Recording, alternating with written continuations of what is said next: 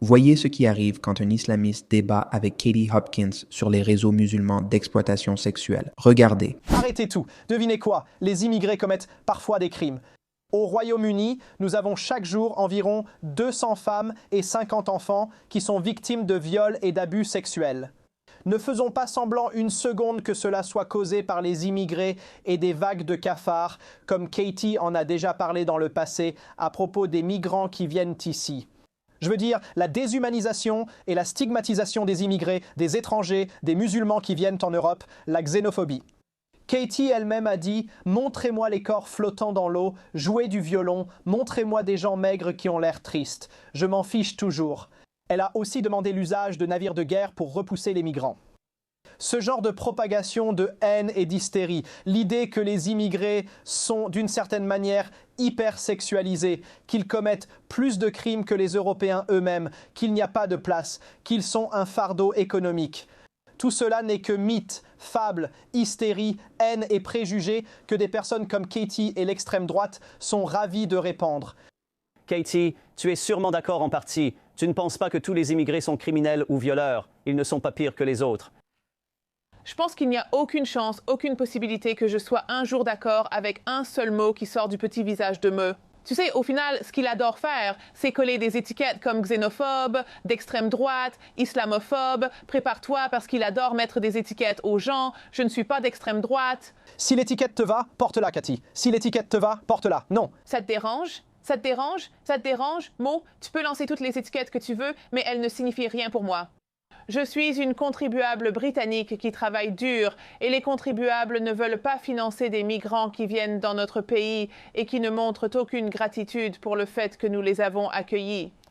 Nous avons eu une situation lors du réveillon du Nouvel An où 500 femmes ont été agressées d'une manière ou d'une autre et la police a dit « Tu sais quoi? La soirée s'est déroulée calmement, la soirée s'est bien passée. » Toute cette idée selon laquelle nous devons étouffer les récits négatifs sur les migrants et que nous ne pouvons en parler qu'en prônant un accueil inconditionnel et que nous devons parler des migrants avec révérence, je n'y crois pas du tout. Ce n'est pas parce que, comme le dit Mo, des femmes sont agressées au Royaume-Uni que cela devient acceptable. Plus de viols n'y change rien. Ces viols sont déjà inacceptables, mais lorsqu'ils sont commis par des migrants, c'est encore pire. Et maintenant, il viole un enfant de 10 ans et prétend que c'est parce qu'il n'avait pas eu de rapport depuis 4 mois. Tu défends vraiment ça? Pas de réponse. Tu devrais, Katie. Est-ce que tu crois que les immigrés sont plus susceptibles de commettre des actes criminels que les natifs? C'est ce que tu es en train de dire? Absolument, c'est ce que je dis. Les statistiques le prouvent. Je pense que culturellement, les deux ne vont pas ensemble. Ils n'ont aucun respect pour les femmes blanches. Ils n'ont aucun respect pour moi.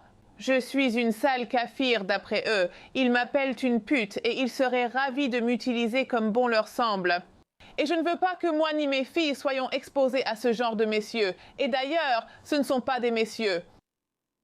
Je suppose que vous avez une réponse à cela. Je suis le fils du skateboard. Tu n'as rien à gagner. Je suis le... Katie, ne crie pas, s'il te plaît. C'est un peu de respect pour les valeurs démocratiques et libérales britanniques, Katie. Cathy, arrête de répéter mon nom. Je suis britannique, musulman, fils et mari d'immigrés. Mon père aussi est immigré. Je parlerai toujours d'immigration. Fantastique. Katie, le genre de haine et d'hystérie que tu propages. Tu veux une récompense pour être musulman, Mo? Qui pousse les gens? Ce genre de Katie.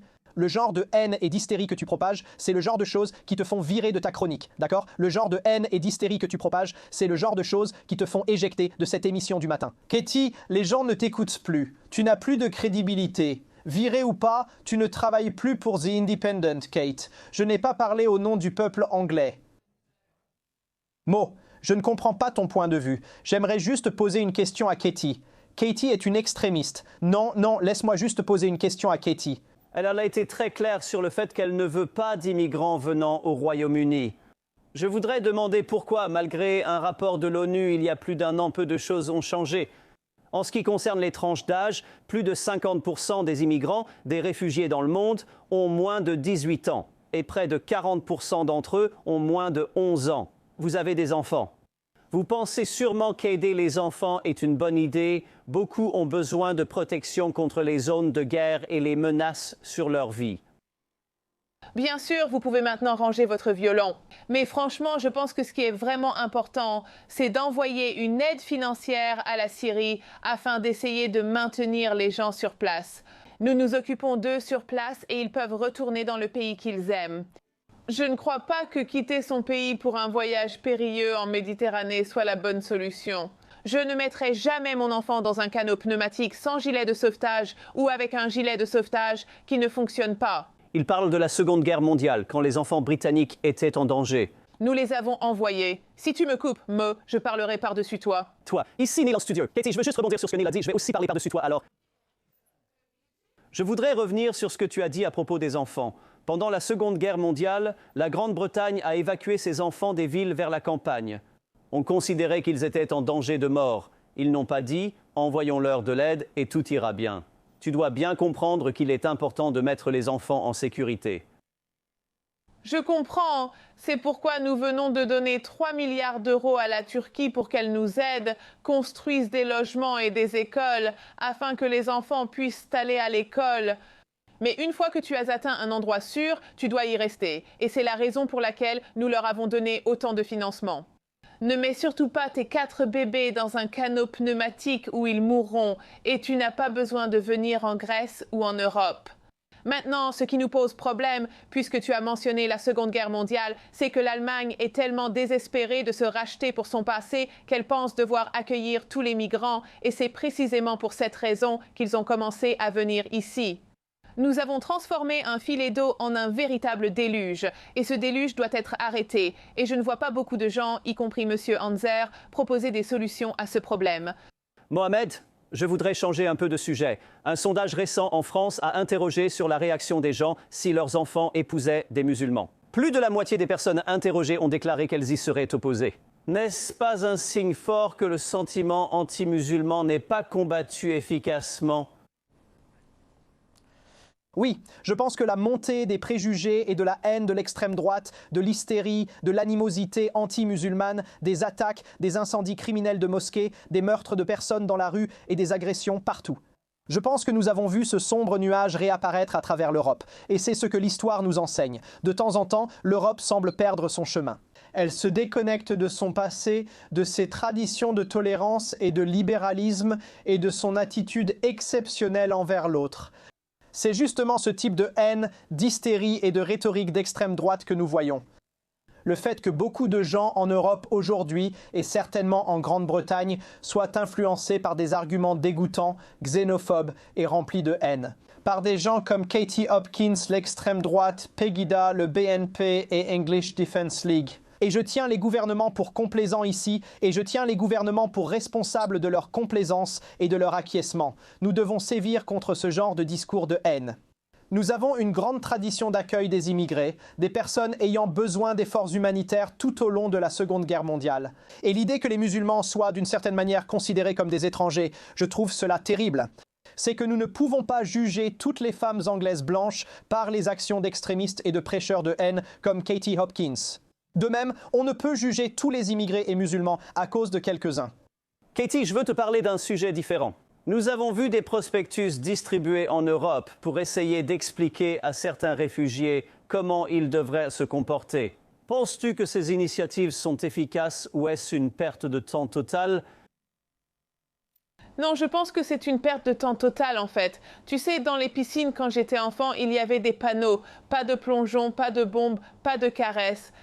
Tu sais, et ces panneaux sont revenus, n'est-ce pas? Parce que les migrants ne savent pas comment se comporter dans les piscines. Mais je ne pense pas que distribuer des brochures serve à quoi que ce soit. Parce que Jimmy Savile était un migrant, n'est-ce pas, Katie? Désolé. Désolé, tu pourrais arrêter, en fait. Lundi, parce que Jimmy Savile était migrant, n'est-ce pas? Tu pourrais ne pas parler, Mo, parce que je parle et en fait, c'est à moi de parler. Donc, je ne pense pas que distribuer des mensonges... Katie. Parce que c'est... Tu veux bien, Mo, c'est ancré culturellement. Ces gars-là pensent que les femmes blanches ne valent rien. C'est ça, la tragédie. Et ce que je trouve particulièrement étrange dans tout ça, bien sûr, c'est que Mo semble trouver inexplicable que nous ayons cette attitude. Alors que, bien sûr, si tu vas à Paris et que tu abats 114 jeunes, tu abats des gens en vacances, tu abats des gens qui sont en Europe, que nous essayons de créer une culture de la peur. C'est pour cela que les gens ont peur des migrants. C'est pour cela que les gens ont peur des hommes musulmans. Et je comprends parfaitement leur peur. Et je veux me lever et parler au nom du public britannique qui en a assez de tout cela, qui en a assez d'accueillir des migrants. Cette femme ne rate jamais sa cible. Katie Hopkins est incroyablement spirituelle et incisive dans ce débat. Elle lui fait tourner en rond. Il essayait de faire semblant, comme si, juste parce qu'il y a, vous savez, une endémie générale de violence contre les femmes, de violence sexuelle contre les femmes. Donc, vous savez, le fait que les migrants le fassent en plus grande proportion ne devrait pas compter. Maintenant, il y a quelque chose qu'on appelle par habitant. Et quand on regarde par habitant, on voit que les hommes migrants pakistanais sont de façon disproportionnée beaucoup plus susceptibles de littéralement violer de jeunes femmes au Royaume-Uni. C'est un problème à traiter et à prendre au sérieux. Et pour une raison quelconque, aujourd'hui dans la Grande-Bretagne moderne, il est maintenant considéré comme raciste de reconnaître la réalité. C'est le gros problème que tout le monde dénonce. Cela en fait même un problème plus important que nécessaire. Ces choses devraient simplement être prises en charge, prises au sérieux par le gouvernement, et alors aucun activiste n'aurait besoin de sortir pour les dénoncer. Sortir et veiller à ce que ces filles obtiennent justice. Car si le gouvernement ne le fait pas, le peuple le fera. Et si le gouvernement ne s'en occupe pas, parfois le peuple le fera d'une manière très violente ou pas vraiment politiquement correcte. Donc, la première façon d'éviter ce qu'on appelle le racisme, ou vous savez, d'éviter l'islamophobie, serait de prendre cela au sérieux. En fait, il faudrait que les gens règlent ce problème dès le début, au lieu de se lamenter sur la personne qui l'a signalé en premier. Merci d'avoir regardé et je vous dis à la prochaine.